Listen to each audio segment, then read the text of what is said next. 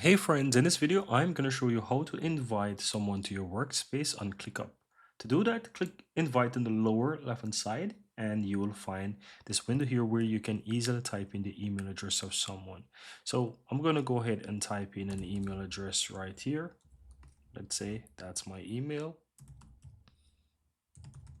And if I want to give the person, let's say, some kind of a rights, you can invite them. So you just click the drop down and you have a few options right here. You have members, limited member, guest, or even admin. So go ahead and choose, and you can even add a custom role if you so desire as well. So you can click and add custom role and basically add them.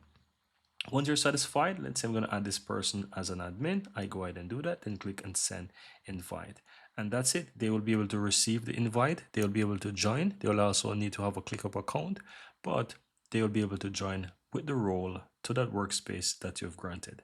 And that's it.